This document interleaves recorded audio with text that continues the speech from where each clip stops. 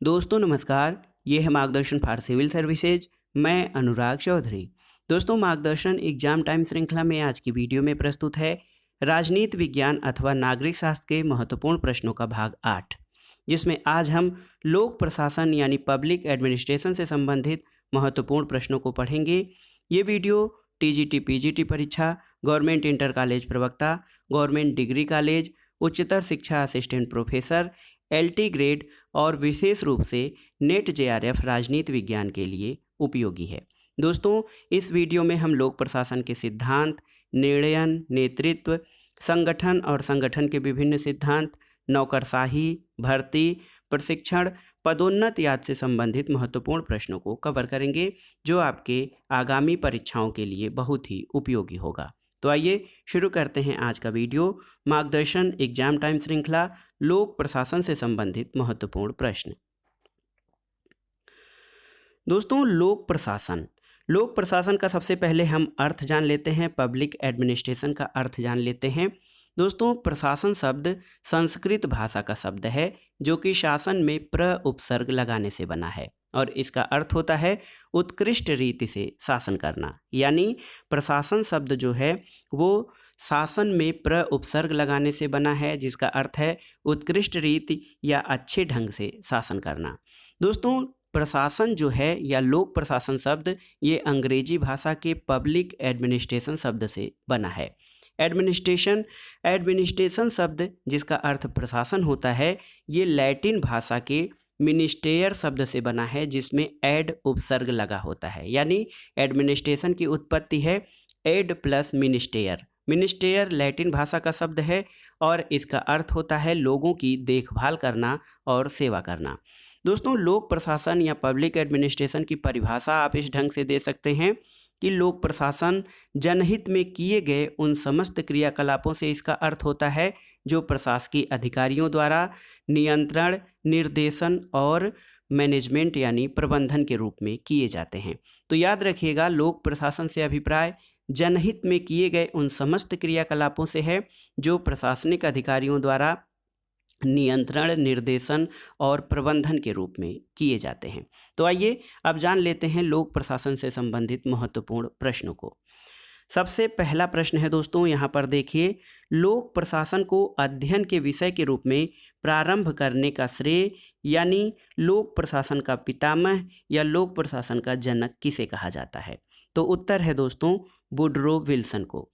Woodrow Wilson के बारे में जान लेते हैं। दोस्तों वुडरो विल्सन का एक लेख 1887 में, याद रखिए 1887 में वुडरो विल्सन का एक लेख प्रकाशित हुआ था। उसका नाम था द स्टडी ऑफ एडमिनिस्ट्रेशन। याद रखिए द स्टडी ऑफ एडमिनिस्ट्रेशन, जिसका प्रकाशन 1887 में हुआ था।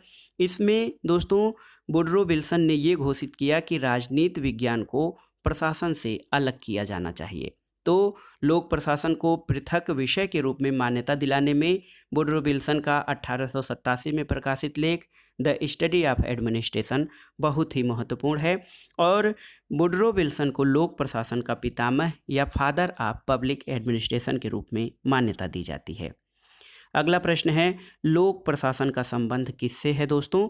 तो दोस्तों लोक प्रशासन एक अंतर विषयक विषय है और इसका संबंध राजनीति विज्ञान, अर्थशास्त्र और मनोविज्ञान से है। अगला प्रश्न, लोक प्रशासन में लोक शब्द। देखिए प्रशासन का दायरा बहुत व्यापक है। प्रशासन का अर्थ होता है उत्कृष्ट रीति से या अच्छे ढंग से शासन करना, लेकिन आप जानते हैं कि लोक प्रशासन जो है वो पब्लिक एडमिनिस्ट्रेशन इसका अर्थ होता है दोस्तों लोक प्रशासन। तो इसमें पूछा जा रहा है कि लोक प्रशासन में लोक शब्द का तात्पर्य क्या है? तो सही उत्तर है लोक प्रशासन में लोक शब्द का तात्पर्य जनता से है, यानी ऐसा प्रशासन जो जनता के हित और कल्याण के लिए कार्य करे उसको लोक प्रशासन कहा जाता है। अगला प्रश्न देखते हैं दोस्तों, 1968 का मिन्नो ब्रुक सम्मेलन किससे संबंधित है? तो उत्तर है 1968 का मिन्नो ब्रुक सम्मेलन न्यू पब्लिक एडमिनिस्ट्रेशन या नवीन लोक प्रशासन से संबंधित है। नवीन लोक प्रशासन मुख्यतः किससे संबंधित है? तो उत्तर है नवीन लोक प्रशासन का संबंध मानवीय अभिमुखन से संबंधित है। अगला प्रश्न है, आत्मनिर्णय के अधिकार का विस्तृत प्रयोग कब हुआ था? तो उत्तर है प्रथम विश्व युद्ध के समय और उसके बाद जो आत्मनिर्णयन के सिद्धांत का या आत्मनिर्णय के अधिकार का विस्तृत प्रयोग हुआ था। अगला प्रश्न है दोस्तों, नवीन लोक प्रशासन के उदय और विकास में सहायक घटना कौन सी रही है? तो दोस्तों, नवीन लोक प्रशासन के उदय में सार्वजनिक सेवाओं संबंधी उच्च शिक्षा पर हनी प्रतिवेदन 1967, इसके अलावा मिन्नो ब्रुक सम्मेलन 1968 और ड्वाइट वाल्डो द्वारा संपादित देखिए पुस्तक public administration in A time of turbulence 1971 का बहुत ही महत्वपूर्ण योगदान रहा है नवीन लोक प्रशासन के विकास में।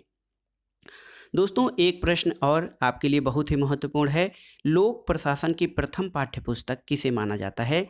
यानी एकेडमिक्स में लोक प्रशासन के लिए प्रथम पुस्तक कौन थी? तो याद कर लीजिए, लोक प्रशासन की प्रथम पुस्तक introduction to the study of public administration, जिसका प्रकाशन 1926 में हुआ था। याद रखिए दोस्तों, introduction to the study of public administration, जिसका प्रकाशन 1926 में हुआ था और इसके लेखक एल.डी. व्हाइट थे। एल.डी. व्हाइट शुरुआती लोक प्रशासन के विचारकों और चिंतकों में से एक थे। इनके द्वारा लोक प्रशासन की प्रथम पाठ्यपुस्तक introduction to the study of public administration लिखी गई, जो 1926 में प्रकाशित हुई थी और इसके लेखक एल.डी. व्हाइट थे। दोस्तों, प्रशासन का संबंध सरकार के क्या और कैसे से है, ये परिभाषा किसने दी थी? प्रशासन का संबंध सरकार के व्हाट एंड हाउ से है, ये परिभाषा मार्शल डिमाक की है। याद रखिएगा, लोक प्रशासन में ये प्रश्न बहुत बार पूछा गया है।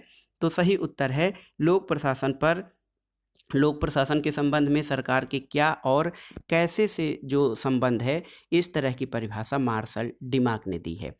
इसके अलावा वुड्रो विल्सन की परिभाषा याद कर लीजिए, लोक प्रशासन विधि को विस्तार पूर्वक क्रमबद्ध रूप से कार्यान्वित करने को कहा जाता है।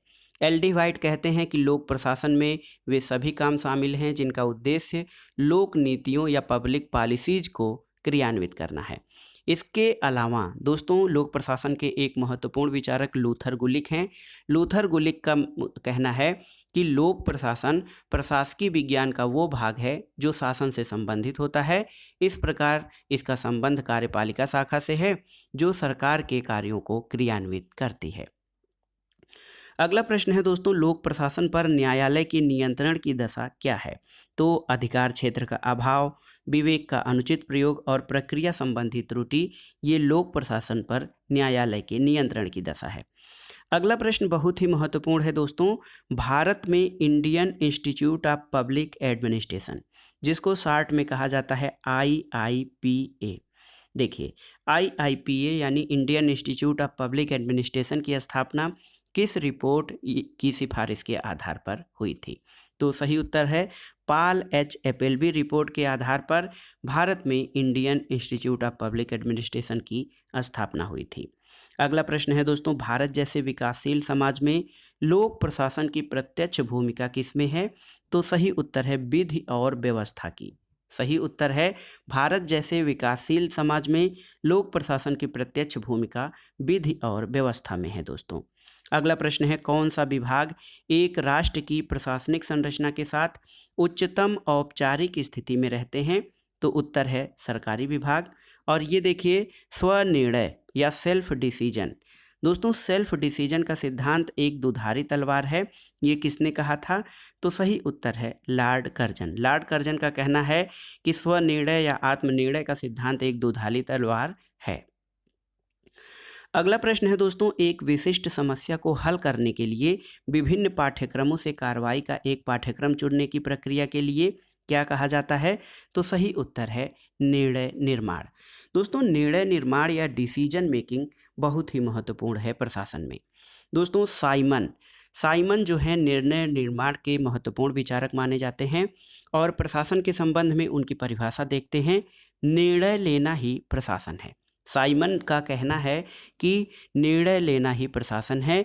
इसके अलावा इन्होंने प्रशासन के बारे में कहा है कि निर्णयन यानी डिसीजन मेकिंग प्रशासन का हृदय है। तो आप इसको अलग से नोट कर लीजिएगा। साइमन की परिभाषा है कि निर्णय लेना ही प्रशासन है और निर्णयन प्रशासन का हृदय है, ये साइमन का कथन है।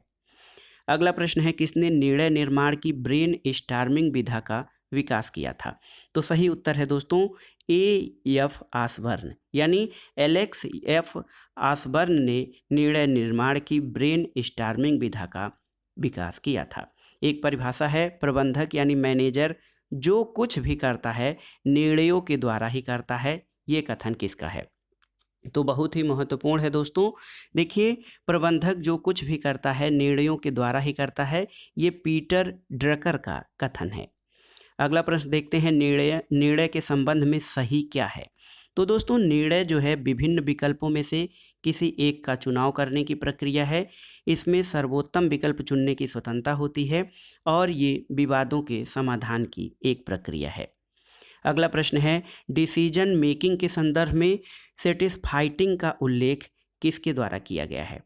तो दोस्तों, हर्बर्ट साइमन जो हैं डिसीजन मेकिंग या निर्णय निर्माण सिद्धांत के प्रमुख सिद्धांतकार और विशेषज्ञ माने जाते हैं और डिसीजन मेकिंग या निर्णय निर्माण के संबंध में सेटिस्फाइटिंग का उल्लेख साइमन के द्वारा किया गया है।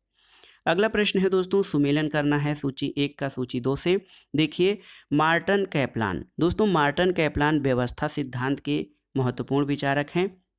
हैंस जे मार्गेनथाउ यथार्थवादी सिद्धांत के, जॉर्ज लिस्का ये निर्णयन सिद्धांत के हैं और जॉर्ज लिस्का दोस्तों ये संतुलन सिद्धांत के प्रमुख विचारक हैं और स्नाइडर जो हैं ये निर्णय परक सिद्धांत के जो हैं प्रयोगकर्ता हैं। तो याद रखिए, मार्टन कैप्लान व्यवस्था सिद्धांत, मार्गेनथाउ यथार्थवादी सिद्धांत, लिस्का संतुलन सिद्धांत और स्नाइडर निर्णय परक सिद्धांत से संबंधित हैं। अगला प्रश्न है दोस्तों, स्टीफन पी रोबिन्स के अनुसार संप्रेषण में 3 प्रकार के अवरोध कौन कौन से शामिल होते हैं? आपको बताना है। तो सही उत्तर है, स्टीफन पी रॉबिन्स के अनुसार संप्रेषण में 3 प्रकार के अवरोध, शारीरिक अवरोध, व्यक्तिगत अवरोध और भाषा संबंधी अवरोध होते हैं। अगला प्रश्न देखते हैं, नेतृत्व के सिद्धांत के रूप में पारिस्थितिकी दृष्टिकोण किसके द्वारा प्रतिपादित किया गया था? इकोलॉजिकल अप्रोच दोस्तों नेतृत्व के संबंध में किसने प्रतिपादित किया है? तो उत्तर है मिलेट ने। दोस्तों, नेतृत्व के सिद्धांत के रूप में पारिस्थितिकी दृष्टिकोण का प्रतिपादन मिलेट द्वारा किया गया है। अभिप्रेरणा का एक अत्यधिक लोकप्रिय सिद्धांत क्या है? तो सही उत्तर है मैस्लो का आवश्यकता सोपान सिद्धांत। दोस्तों, अभिप्रेरणा लोक प्रशासन का एक महत्वपूर्ण नियम है और इसके महत्वपूर्ण विचारक मैस्लो हैं। अभिप्रेरणा का सबसे लोकप्रिय सिद्धांत जो है वो मैस्लो का आवश्यकता सोपान सिद्धांत है। अगला प्रश्न देखते हैं दोस्तों, प्रभाव 2 कर्ताओं के मध्य एक संबंध है जिसमें एक कर्ता किसी दूसरे कर्ता को वह कार्य करने के लिए उत्प्रेरित करता है जिसे वह अन्यथा निष्पादित नहीं करता है। प्रभाव की ये परिभाषा किसने दी है? तो सही उत्तर है रॉबर्ट ए डेहल।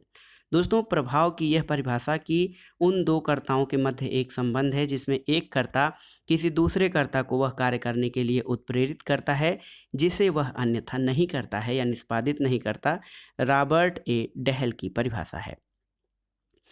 अगला प्रश्न है, किसने अंतर्राष्ट्रीय व्यवस्था की संरचना को 3 तत्वों संगठनात्मक सिद्धांत, इकाइयों का विभिन्नीकरण और क्षमता के विवरण में बांटा है? तो ये हैं वाल्ट्ज। अगला प्रश्न है दोस्तों, वाटसन ने 7S संगठनात्मक ढांचे के माध्यम से प्रबंध और नेतृत्व के मध्य अंतर की व्याख्या की है और इसमें क्या क्या चीज़ें शामिल हैं? तो उत्तर है दोस्तों रणनीति, संरचना और व्यवस्था।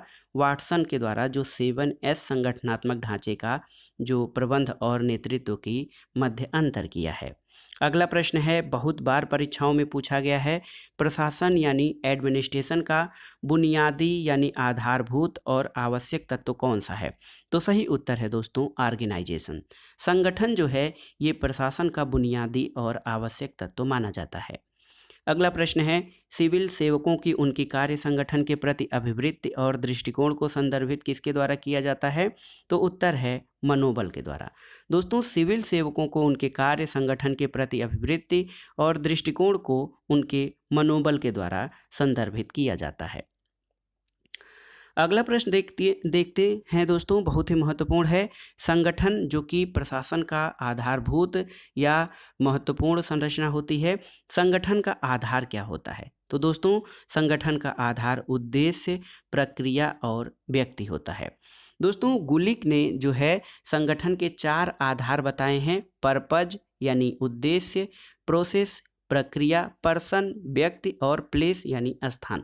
तो दोस्तों संगठन के आधार में उद्देश्य, प्रक्रिया, व्यक्ति और स्थान शामिल होते हैं। अगला प्रश्न है दोस्तों O and M. O and M इसका फुल फॉर्म होता है ऑर्गेनाइजेशन एंड जो है मेथड।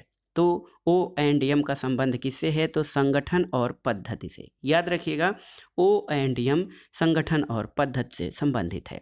यहाँ पर देखिए, भारत के योजना आयोग और रेलवे को प्रमुख तौर पर क्रमशः क्या माना जाएगा? तो भारत के योजना आयोग और रेलवे को प्रमुख तौर पर योजना आयोग को स्टाफ और रेलवे को एक लाइन संस्था मानी जाएगी। अगला प्रश्न है भारत का स्टाफ अभिकरण क्या है? तो दोस्तों भारत में जो स्टाफ एजेंसीज हैं उसमें मंत्रिमंडलीय सचिवालय, प्रधानमंत्री कार्यालय और योजना आयोग शामिल हैं। दोस्तों आपकी जानकारी के लिए बता दें कि योजना आयोग अब समाप्त कर दिया गया है। योजना आयोग के स्थान पर एक नया नीति आयोग गठित किया गया है। एक प्रश्न देखिए बहुत ही महत्वपूर्ण है, संथानम समिति। दोस्तों संथानम कमेटी बनी थी। संथानम कमेटी की रिपोर्ट के आधार पर केंद्रीय सतर्कता आयोग या जिसको सीवीसी कहा जाता है, इसकी स्थापना कब हुई थी? तो सही उत्तर है फरवरी 1964 में। अगला प्रश्न देखते हैं, स्वतंत्र नियामकीय आयोग किस जो है प्रशासनिक प्रणाली का अद्वितीय नवाचार है? तो उत्तर है दोस्तों यूएसए की प्रशासनिक प्रणाली का अद्वितीय नवाचार है स्वतंत्र नियामक आयोग। अगला प्रश्न है दोस्तों, किस देश को स्वतंत्र नियामकीय आयोग की जन्मस्थली माना जाता है? तो ये संयुक्त राज्य अमेरिका को। एक प्रश्न है, जेरी मेंडरिंग या इसको गैरी मेंडरिंग भी कहा जाता है। दोस्तों जेरी मेंडरिंग की प्रथा किस देश में प्रचलित है? तो उत्तर है यूएसए यानी संयुक्त राज्य अमेरिका की प्रशासनिक व्यवस्था में जेरी मेंडरिंग की प्रथा प्रचलित है। अगला प्रश्न है, संयुक्त राज्य अमेरिका में शासन की शीर्षक विहीन शाखा और कांग्रेस की भुजाएं किसे कहा गया है? देखिए बहुत ही महत्वपूर्ण है। आप जानते हैं दोस्तों स्वतंत्र नियामकीय आयोग का प्रारंभ संयुक्त राज्य अमेरिका की एक अद्वितीय विशेषता है और अमेरिका में इसे शासन की शीर्षक विहीन शाखा और कांग्रेस की भुजाएं कहा जाता है। अगला प्रश्न है, किस वर्ष में अमेरिकी सरकार ने अपना पहला स्वतंत्र नियामक आयोग यानी अंतर्राज्यीय वाणिज्यिक आयोग की स्थापना की थी? तो ये वर्ष था 1887 में। अगला प्रश्न है दोस्तों, प्रशासनिक नीति की मुख्य वाक्य का निर्धारण करने का कार्य किसका होता है? तो सही उत्तर है चीफ एग्जीक्यूटिव यानी मुख्य कार्यकारी। प्रशासनिक नीति जो एडमिनिस्ट्रेटिव पॉलिसी होती हैं उनके मुख्य वाक्य का निर्धारण या उनके निर्धारण करने का कार्य मुख्य कार्यकारी अधिकारी को होता है। अगला प्रश्न है, व्हिटलेवाद का संबंध किससे है? तो सही उत्तर है दोस्तों कर्मचारियों की समस्याओं के समाधान की पद्धति व्हिटलेवाद है। अगला प्रश्न है कि जब प्रशासन का कार्य नहीं बढ़ता है तो उस स्थिति में भी उसका आकार बढ़ता जाता है, इस अवधारणा के प्रतिपादक कौन हैं? तो सही उत्तर है ये पार्किंसन का विचार है। उनका मानना है कि जब प्रशासन का कार्य नहीं बढ़ता है उस स्थिति में भी उसका आकार बढ़ता जाता है। दोस्तों इसमें आपको बताना है सही कथन क्या है। तो देखिए एक सही कथन है कि सहायक इकाइयां जो होती हैं ये प्रमुख कार्यकारी की सहायता करती हैं। पहले तो प्रशासनिक नीतियों का मुख्य जो प्रशासनिक नीतियां जो बनाते हैं या उनका निर्धारण मुख्य कार्यकारी करता है। इसके अलावा उनकी कुछ सहायक इकाइयां होती हैं, स्टाफ एजेंसी होती हैं, ये मुख्य कार्यकारी की सहायता करने का कार्य करती हैं। अगला प्रश्न है, प्रबंधन की कौन सी प्रणाली पर्यावरण के साथ इसका कोई अंतर संबंध नहीं है? तो दोस्तों मैनेजमेंट की वो प्रणाली जिसका पर्यावरण के साथ कोई अंतर संबंध नहीं होता है उसे बंद प्रणाली या क्लोज सिस्टम कहा जाता है। देखिए किस वैज्ञानिक का नाम वैज्ञानिक प्रबंध सिद्धांत या साइंटिफिक मैनेजमेंट थियरी से जुड़ा हुआ है? तो सही उत्तर है दोस्तों scientific management theory FW Taylor या फ्रेडरिक विंस्लो टेलर से जुड़ा हुआ है। इसके अलावा दोस्तों यहाँ पर देखिए मानव संबंध सिद्धांत, एक तो वैज्ञानिक प्रबंध सिद्धांत है और दूसरा मानव संबंध सिद्धांत। इसके प्रतिपादक कौन हैं? तो दोस्तों ह्यूमन रिलेशन थियरी जो है उसके प्रतिपादक एल्टन मेयो माने जाते हैं और वैज्ञानिक प्रबंध सिद्धांत इसके प्रतिपादक फ्रेडरिक टेलर हैं। अगला प्रश्न है, केस पद्धति या केस सिस्टम किस देश की देन है? तो दोस्तों केस स्टडी या केस पद्धति ये अमेरिका की देन है। अगला प्रश्न है, जब सरकार आर्थिक, वित्तीय या व्यावसायिक कार्य करती है तो सामान्य रूप से क्या स्थापित किया जाता है? तो देखिए ये प्रश्न बहुत ही महत्वपूर्ण है। जब सरकार आर्थिक, वित्तीय या व्यावसायिक कार्य करती है तो सामान्य रूप से सार्वजनिक निगम स्थापित किया जाता है। अगला प्रश्न देखते हैं, लाइन एजेंसी का कार्य क्या होता है? तो नीतियों को कार्यान्वित करना लाइन एजेंसी का कार्य होता है। एक महत्वपूर्ण प्रश्न है दोस्तों, अस्थायी, वैतनिक और कुशल अधिकारियों के पेशेवर निकाय के समूह के रूप में लोक सेवा को किसने परिभाषित किया? तो सही उत्तर है हरमन फाइनर ने। दोस्तों हरमन फाइनर लोक सेवा या पब्लिक सर्विस को अस्थायी, वैतनिक और कुशल अधिकारियों के पेशेवर निकाय के रूप में परिभाषित करते हैं। दोस्तों लोक सेवा या पब्लिक एडमिनिस्ट्रेशन, जिसको तार्किक और वैध और तार्किक सत्ता के रूप में मैक्स वेबर ने परिभाषित किया है।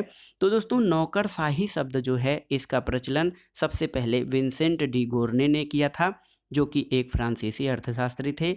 लेकिन नौकरशाही का विस्तृत अध्ययन और व्यवस्थित अध्ययन सबसे पहले मैक्स वेबर ने किया था। अगला प्रश्न है दोस्तों, किस राजनीतिक शास्त्री ने प्रक्रिया की संकल्पना राजनीति शास्त्र में दी है? तो ये हैं बेंटले। बेंटले ने राजनीति विज्ञान में प्रक्रिया यानी प्रोसेस की संकल्पना प्रस्तुत की है।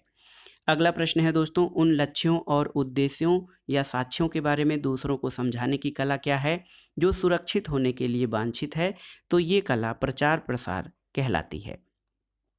अब आइए देखते हैं नौकरशाही, भर्ती, प्रशिक्षण, पदोन्नति, प्रशासन में सच्चरित्रता और अन्य शब्दों से संबंधित महत्वपूर्ण प्रश्नों को। देखिए प्रश्न है दोस्तों, नौकरशाही शब्द फ्रांसीसी भाषा के शब्द ब्यूरो से लिया गया है, इसका अर्थ क्या होता है? तो उत्तर है ब्यूरो का अर्थ दोस्तों लिखने की मेज या मेज होता है। तो याद रखिए नौकरशाही शब्द फ्रांसीसी शब्द ब्यूरो से लिया गया है, जिसका अर्थ लिखने की मेज होता है। अगला प्रश्न देखते हैं, नौकरशाही या ब्यूरोक्रेसी शब्द का प्रयोग सबसे पहले किसने किया? तो याद रख लीजिए फ्रांसीसी अर्थशास्त्री विंसेंट डी गोर्ने। दोस्तों विंसेंट डी गोर्ने ने 1746 में सबसे पहले ब्यूरोक्रेसी शब्द का प्रयोग किया था और ये एक फ्रांसीसी अर्थशास्त्री थे।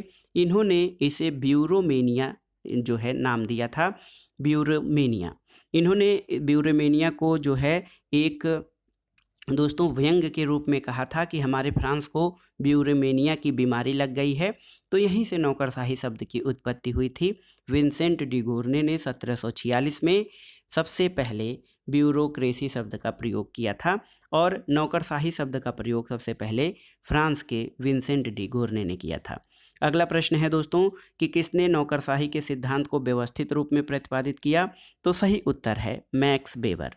मैक्स वेबर ने दोस्तों नौकरशाही को सबसे पहले जो है बहुत ही व्यापक और व्यवस्थित अध्ययन किया और इनके द्वारा ये मैक्स वेबर का मानना है कि नौकरशाही का आधार वैध और तार्किक सत्ता होती है, यानी लीगल एंड रेशनल अथॉरिटी जो है वो नौकरशाही का आधार होती है।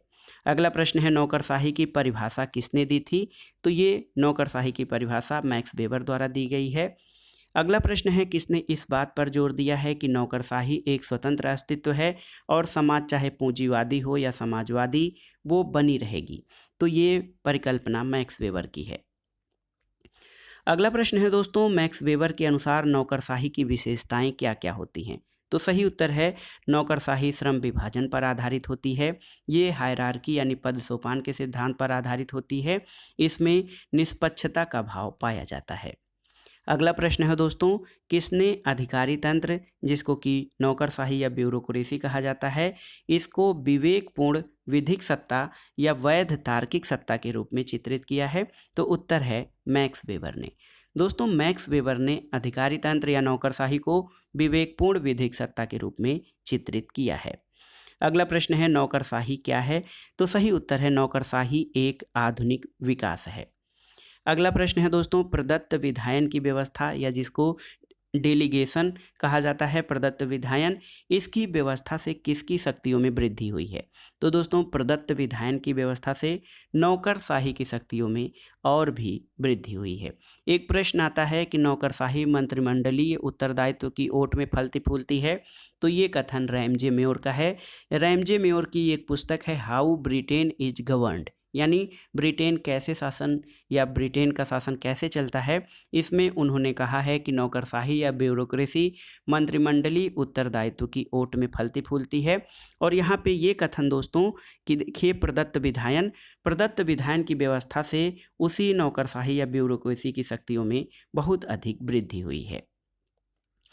अगला प्रश्न है दोस्तों नौकरशाही के संबंध में सही क्या है? तो नौकरशाही पद सोपान और अनुशासन पर आधारित है। इसमें विवेक का प्रयोग किया जाता है, निश्चितता होती है और सरकारी कार्यों में गुप्तता होती है। तो ये नौकरशाही के संबंध में सभी कथन सही है। अगला प्रश्न है नौकरशाही का लक्षण क्या है? तो दोस्तों नौकरशाही अस्थायी प्रशासन होता है, जहाँ पे जो राजनीतिक प्रशासन होता है अस्थायी नहीं होता है, नौकरशाही अस्थायी होती है।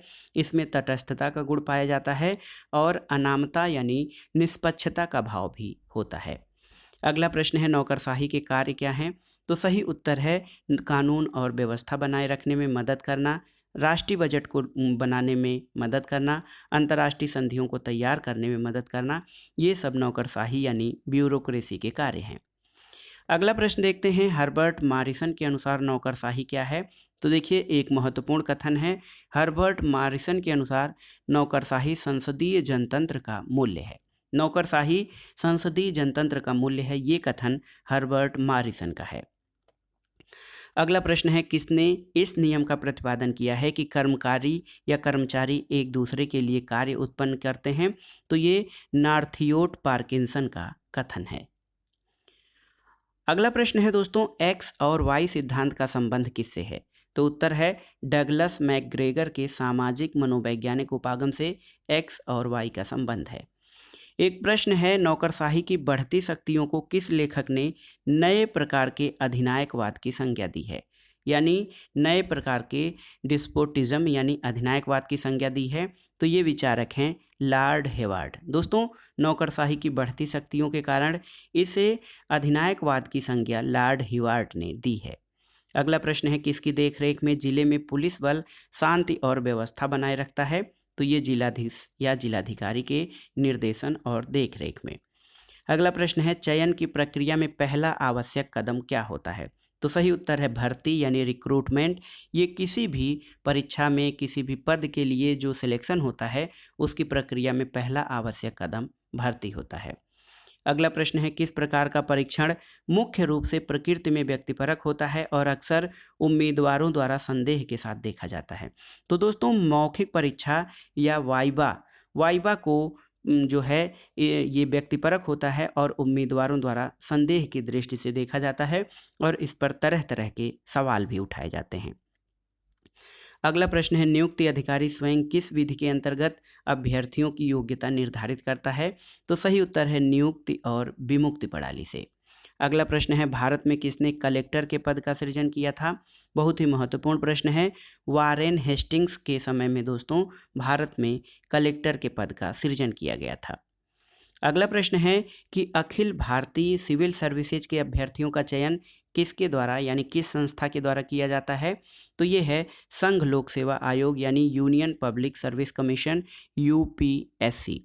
आपके लिए एक प्रश्न है दोस्तों कि संविधान के किस अनुच्छेद में संघ लोक सेवा आयोग की जो है व्यवस्था या प्रावधान किया गया है?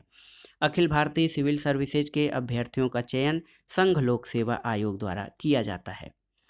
अगला प्रश्न देखते हैं दोस्तों भारत में प्रशासनिक सुधारों के क्रियान्वयन के लिए कितने चरणों की आवश्यकता होती है? तो उत्तर है 3 चरण। भारत में प्रशासनिक सुधारों के क्रियान्वयन के लिए 3 चरणों की आवश्यकता होती है। और ये देखिए सेवा में प्रवेश करने से पहले सार्वजनिक सेवा के इच्छुक लोगों को किस प्रकार का प्रशिक्षण यानी ट्रेनिंग दिया जाता है? तो ये पूर्व प्रवेश प्रशिक्षण यानी प्रवेश पूर्व प्रशिक्षण दिया जाता है किसी सेवा में प्रवेश करने से पहले जो पब्लिक सर्वेंट होते हैं उनको। अगला प्रश्न है एक कर्मचारी के लिए किस प्रकार का प्रशिक्षण दिया जाता है जो पहले से सेवा में हो? तो उसे सेवाकालीन प्रशिक्षण दिया जाता है। अगला प्रश्न है दोस्तों, कौन सी पद्धति नई भर्ती इसके सिविल सेवकों की दोष और कमियों को दूर करता है? तो दोस्तों प्रशिक्षण जो है वो व्यक्तियों के या नई भर्ती के सिविल सेवकों को कमियों को दूर करके उन्हें योग्य और एफिशिएंट बनाता है। अगला प्रश्न है दोस्तों, औपचारिक प्रशिक्षण को विभाजित किया जा सकता है? तो उत्तर है प्रवेश पूर्व प्रशिक्षण, अभिनवकरण प्रशिक्षण और सेवाकालीन प्रशिक्षण में। अगला प्रश्न देखते हैं, नौकरशाही की नियुक्ति का आधार क्या है? तो उत्तर है अस्थाई आधार। नौकरशाही अस्थाई प्रशासन होता है जहां पर नेता और मंत्री एक निश्चित जो है एक कार्यकाल के लिए चुने जाते हैं, लेकिन नौकरशाही एक अस्थाई आधार वाला जो है सेवा होती है। लूट पद्धति या स्पॉयल सिस्टम किसका दूसरा नाम है? तो दोस्तों संरक्षक नौकरशाही का दूसरा नाम लूट पद्धति है। अगला प्रश्न है, किस देश में नौकरशाही की शुरुआत लूट प्रथा के रूप में हुई है? तो ये संयुक्त राज्य अमेरिका में। और ऐसा कौन सा देश है जहां लूट पद्धति के आधार पर लोक सेवा में भर्ती का लंबा इतिहास रहा है? तो दोस्तों ये है संयुक्त राज्य अमेरिका। और संयुक्त राज्य अमेरिका में लूट पद्धति के आधार पर पब्लिक सर्विस में भर्ती का लंबा इतिहास रहा है। अगला प्रश्न है, कौन सी प्रणाली कर्मचारियों की नौकरियों में दिलचस्पी रखती है और उनके लिए प्रभावी प्रोत्साहन के रूप में कार्य करती है? तो पदोन्नति या प्रमोशन दोस्तों ये कर्मचारियों की नौकरियों में दिलचस्पी रहती है, क्योंकि कर्मचारी और अधिकारी को ये विश्वास होता है कि उनका कार्य दायित्व और वेतनमान बढ़ेगा। यानी ये प्रभावी प्रोत्साहन के रूप में सरकारी नौकरियों में पदोन्नति जो है बहुत ही महत्वपूर्ण होता है। अगला प्रश्न है, आंतरिक रूप से भर्ती की प्रक्रिया को क्या कहा जाता है? तो दोस्तों पदोन्नति प्रणाली या प्रमोशन सिस्टम आंतरिक रूप से भर्ती प्रक्रिया को कहा जाता है, क्योंकि पदोन्नत प्रणाली में नीचे के कर्मचारियों को अधिकारी रैंक पर भी जो है प्रमोशन किया जाता है। अगला प्रश्न है, कौन सा पदोन्नति का सिद्धांत सबसे पुराना सिद्धांत है? तो ये है वरिष्ठता सिद्धांत यानी सीनियरिटी थियरी। दोस्तों जो जितना सीनियर हो उसका पदोन्नति उसी हिसाब से होगा, तो ये वरिष्ठता का सिद्धांत पदोन्नति का सबसे पुराना सिद्धांत माना जाता है। दोस्तों एक महत्वपूर्ण प्रश्न, किसने पोस्ट कार्व का सिद्धांत दिया था? तो सही उत्तर है लूथर गुलिक ने। देखिए दोस्तों ये बहुत ही महत्वपूर्ण है, पोस्ट कार्व का सिद्धांत लूथर गुलिक के द्वारा दिया गया था। और देख लेते हैं पोस्ट कार्व क्या है। दोस्तों कई बार प्रश्न पूछता है कि पोस्ट कार्व में जो शब्द हैं, 7 शब्द हैं, 7 अक्षर हैं पोस्ट कार्व, उनके मीनिंग क्या होते हैं? जैसे POST CORB, इनके मीनिंग क्या होते हैं ये आपसे पूछा जाता है। दोस्तों लोक प्रशासन के विस्तार के संबंध में लूथर गुलिक ने पोस्ट कार्व शब्द का प्रयोग किया था। P का अर्थ होता है प्लानिंग यानी योजना तैयार करना।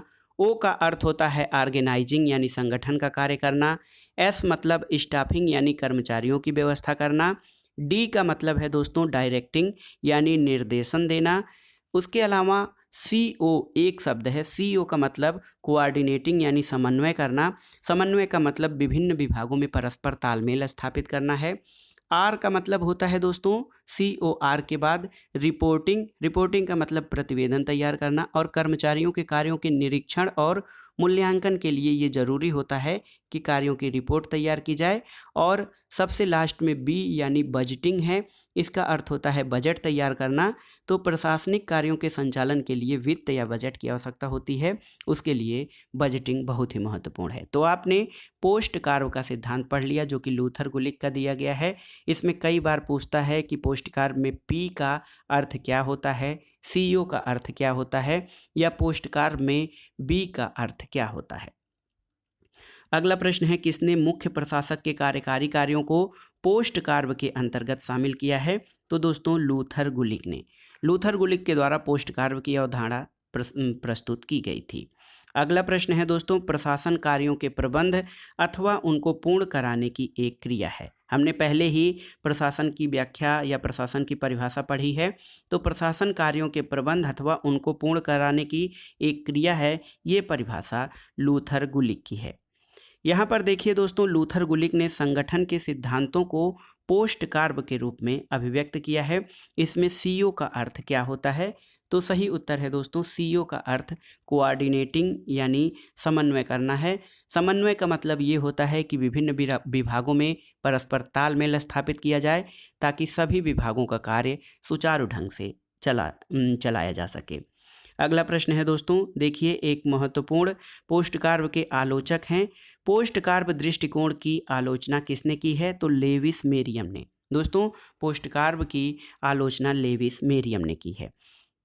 अब आइए जान लेते हैं दोस्तों लोक प्रशासन से जो प्रश्न आते हैं उसमें कुछ महत्वपूर्ण प्रश्नों के बारे में जो परीक्षाओं की दृष्टि से अति महत्वपूर्ण है। तो देखिए प्रशासन, पहला प्रश्न है कि प्रशासन शब्द जो है ये संस्कृत भाषा का शब्द है। शासन में प्र उपसर्ग लगाकर इसका निर्माण हुआ है और इसका अर्थ होता है उत्कृष्ट रीति से शासन करना। दोस्तों एडमिनिस्ट्रेशन शब्द की उत्पत्ति लैटिन भाषा से हुई है।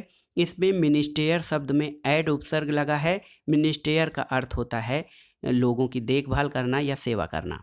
दोस्तों लोक प्रशासन का अर्थ है जनहित में किए गए वे सभी कार्य जिनका उद्देश्य नियमन, नियंत्रण और निर्देशन होता है। यानी प्रशासन में जनहित में किए गए वो सभी कार्य हैं जो प्रशासकीय अधिकारियों द्वारा नियमन, निर्देशन और प्रबंधन के रूप में किए जाते हैं। दोस्तों लोक प्रशासन का जनक वुडरो विल्सन को कहा जाता है और 1887 में प्रकाशित अपने लेख द स्टडी ऑफ एडमिनिस्ट्रेशन में इन्होंने राजनीति विज्ञान को प्रशासन से अलग किया था। दोस्तों लोक प्रशासन की पहली पाठ्य पुस्तक कौन सी मानी जाती है? तो एल.डी. व्हाइट द्वारा 1926 में लिखित पुस्तक introduction to the study of public administration को लोक प्रशासन की प्रथम पुस्तक मानी जाती है। प्रशासन का संबंध सरकार की क्या और कैसे से है? प्रशासन की ये परिभाषा मार्शल डिमाक द्वारा दी गई है। इसके अलावा देखिए प्रशासन की एक महत्वपूर्ण परिभाषा एल.डी. व्हाइट के द्वारा दी गई है कि लोक प्रशासन में वे सभी काम शामिल हैं जिनका उद्देश्य लोक नीतियों को क्रियान्वित करना है। विधि की बात की जाए तो वुडरो विल्सन का कथन है या परिभाषा है कि लोक प्रशासन विधि को विस्तार पूर्वक क्रमबद्ध रूप से क्रियान्वित करने को कहते हैं। और लूथर गुलिक कहते हैं कि लोक प्रशासन प्रशासकीय विज्ञान का वह भाग है जो शासन से संबंधित होता है और इस प्रकार इसका संबंध कार्यपालिका शाखा से है जो सरकार के कार्यों को क्रियान्वित करती है। इसके अलावा इसका संबंध दोस्तों जो है व्यवस्थापिका और न्यायपालिका से भी है।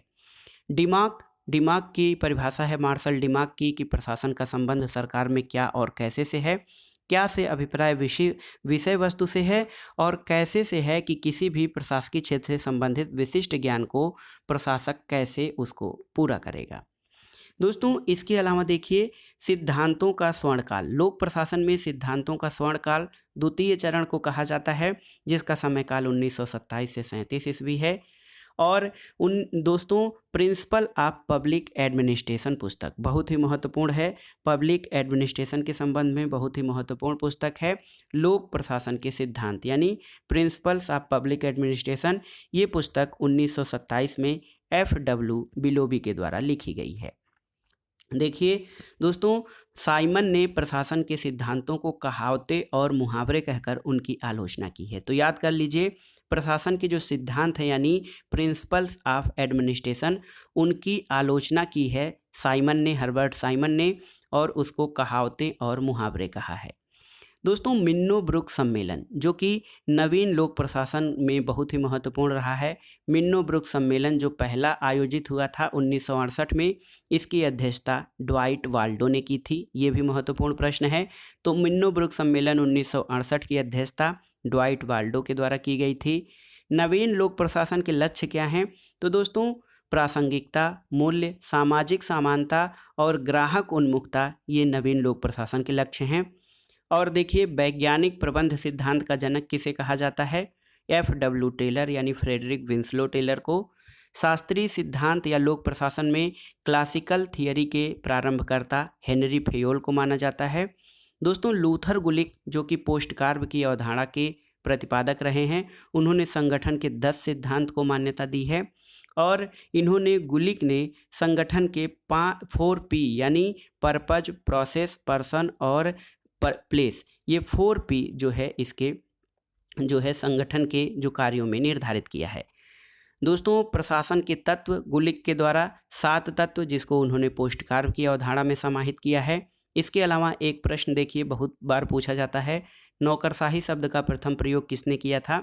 तो फ्रांसीसी अर्थशास्त्री विंसेंट डी गोर्ने ने 1746 में सबसे पहले नौकरशाही शब्द का प्रयोग किया था। लेकिन नौकरशाही या ब्यूरोक्रेसी का प्रयोग सबसे पहले व्यवस्थित रूप से मैक्स वेबर ने किया, और मैक्स वेबर ने नौकरशाही को वैध तार्किक सत्ता पर आधारित माना है। दोस्तों, संगठन के सिद्धांतों में देखिए मानव संबंध सिद्धांत बहुत ही महत्वपूर्ण है। ये अनौपचारिक जो है संबंधों पे बल देता है। इसके प्रतिपादक एल्टन मेयो हैं। इसके अलावा साइमन जो है निर्णयन सिद्धांत के प्रमुख प्रवक्ता हैं, यानी हर्बर्ट साइमन। इनका निर्णयन निर्माण सिद्धांत है। दोस्तों, निर्णय लेना ही प्रशासन है और निर्णयन प्रशासन का हृदय है, ये कथन साइमन का है। तो दोस्तों, ये था आज का वीडियो। इसमें आपने लोक प्रशासन से संबंधित महत्वपूर्ण प्रश्नों को देखा, जो परीक्षाओं की दृष्टि से अति महत्वपूर्ण हैं। आप इन प्रश्नों को तैयार कर लीजिएगा, ताकि परीक्षाओं में ये प्रश्न जब आपसे पूछे जाएं तो आप इसको सही सही अटेम्प्ट कर सकें। वीडियो आपको कैसा लगा हमें कमेंट बॉक्स में ज़रूर बताइएगा। वीडियो को लाइक करें, शेयर करें, और इस चैनल मार्गदर्शन फॉर सिविल सर्विसेज को सब्सक्राइब करें। वीडियो देखने के लिए धन्यवाद दोस्तों। नमस्कार।